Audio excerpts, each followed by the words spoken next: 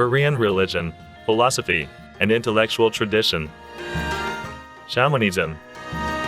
We're going to look at the very early beliefs in Korea in the ancient period. And these can be considered a type of religion because they incorporate a pantheon of gods and are extremely spiritual. What is a shaman? The very earliest beliefs include animism and shamanism. And these two were together and blended in with local customs or were created as a part of the local customs. And we will also look at how these compare with early beliefs in China, Northeast Asia, and Japan. So, for example, animism is the idea that actual objects, they possess some kind of spirit or energy. So it could be a mountain, a rock, a tree, and the type of animistic beliefs that are popular in a certain community are popular and based on what is actually in that community. So for example, if the community is based by the seaside, then there's a strong emphasis on sea gods or gods related to the ocean. If the community is in the mountains, then there is a tendency for there to be mountain gods or gods related to what is in that particular surrounding. So for example, you can see that there are these village guardians, very common in Korea because Korea is about 85% mountainous. There are many mountain gods in Korea. Animism assumes that these various non-human entities, these objects, can have personalities and they have this kind of energy and they can be interacted with. So in Korea we have very common things like rivers, mountains, trees, tigers that then are associated with animism. Shamanism, on the other hand, assumes that human beings can possess some kind of special gift or special power that allows them to communicate with the spiritual world. So they are like an intermediary between the physical world, the physical human world, and the spiritual world. So animism and shamanism are distinct. In Korea, shamans are normally not possessed by animistic spirits. Instead, they are possessed by imaginary or dead human beings. Sometimes they interact with non-human spirits, such as disease-causing spirits or a house roof being God.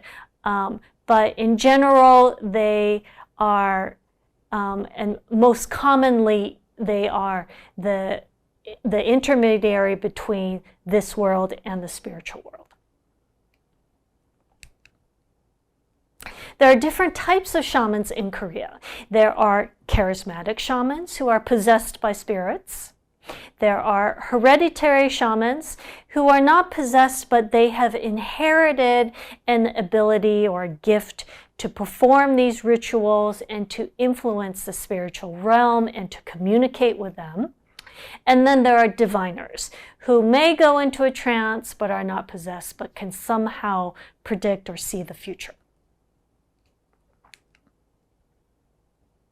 Historically, the vast majority of shamans in Korea have been women.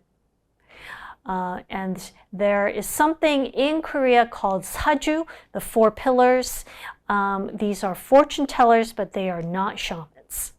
And shamans are not the only ones who can make so-called lucky charms, but sometimes Buddhist monks make them too. There are also different types of shaman rituals, or kut. There is an initiation gut for a newly recognized shaman. There is a ritual to honor a shaman's guardian deity. There's a ritual for the dead, either to send them off, so they've recently passed away, or to interact with them. And there are also various rituals for good luck and prosperity. There's rituals for opening a new business or moving into a new home. We see these kinds of rituals that are still performed today. And there are rituals for healing, for rain, for telling the future, for household gods. So there are many, many different kinds of rituals that shamans perform. Now, who are these spirits that the shamans are interacting with? They are deities of nature. So particularly in the ancient period, when communities were largely agrarian and subsistence in nature, they depended on the land in order to survive. So we have the shamans, we have records of them interacting with the deities of rain or the wind or the mountains in heaven. There are tutelary deities, and there are dead humans who have become gods or spirits, such as heroes or generals or officials, and they could be shamans from the past. Some are even fictional. There are also deities dealing with birth and death, deities dealing with disease, and then later on, the deities also started to include Buddhist deities and Taoist deities. Within shamanism, there is no supreme human being. So it is not like there is a hierarchy or there is some supreme god or spirit, but it is just the shaman interacting with individual deities, and each deity is responsible for something very specific.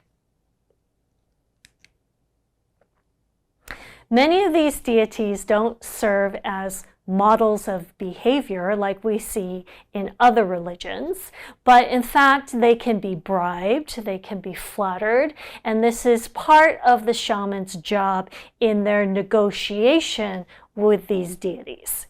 And these deities have very specific powers rather than unlimited or being omnipotent.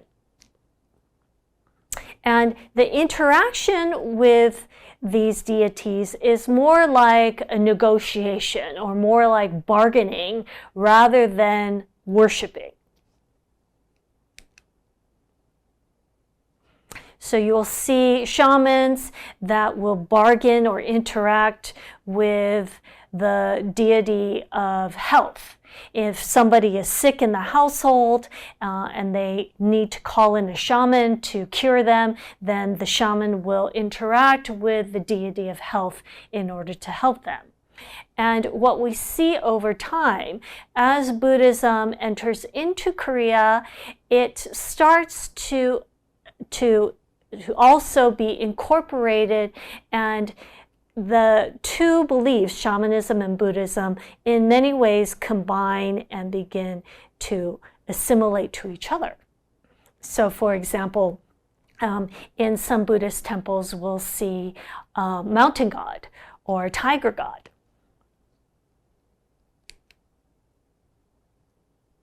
Or in some Buddhist temples, you'll see the incorporation of the 7 stars, the Chilsung, which is originally of shamanistic origins. So if we look at these early beliefs, animism and shamanism, they were localized and based on local needs and identities. These are the keywords for this class: shamanism, animism, Spirits and gods. Rituals of Kut.